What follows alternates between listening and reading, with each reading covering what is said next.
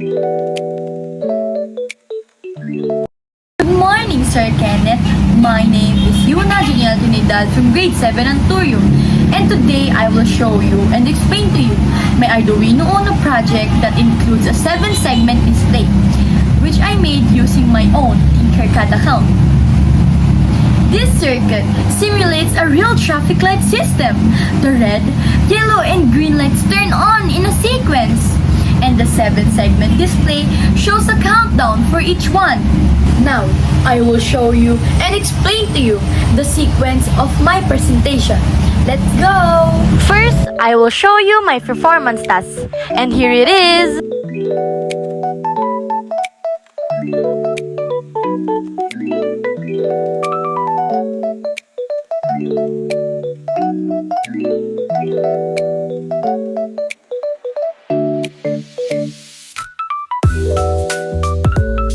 Now, after I showed you my performance task, I will now explain the purpose of my stoplight project, followed by the components used.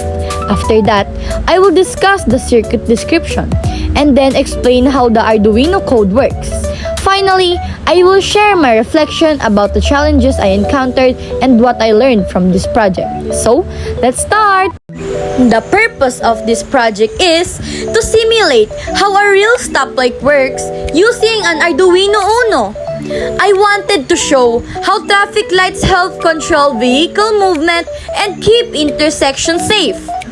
This activity also helped me understand how programming and electronics work together to create something useful in real life. Then, for my components, I used an Arduino Uno, 3 LEDs colored red, yellow, and green, a 7-segment display, some resistors which is 220 ohms, jumper wires, and the breadboard. The Arduino Uno is the brain of the project. It controls when each light turns on and off. The red LED means stop, the yellow LED means ready, and the green LED means go. The 7-segment display shows a countdown time for each light, while the resistors protect the LEDs from too much current.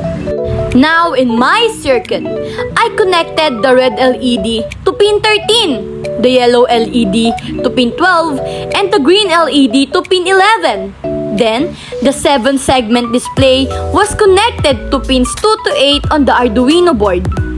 Each LED and segment also has a resistor that connects to the ground, which stands for G and D. When I uploaded the code, the green light turns on for 5 seconds, then switches to yellow, and finally to red, just like a real stoplight.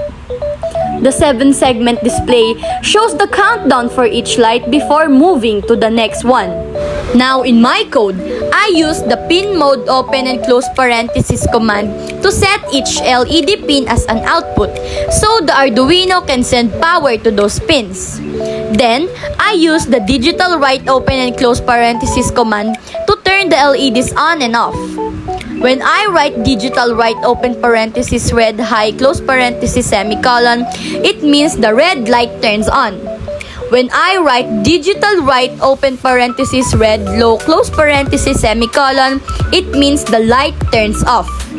I also added delay open parenthesis 1000 close parenthesis semicolon, which pauses the code for 1 second before continuing. That command controls the timing. It lets each light stay on for the right amount of time before switching.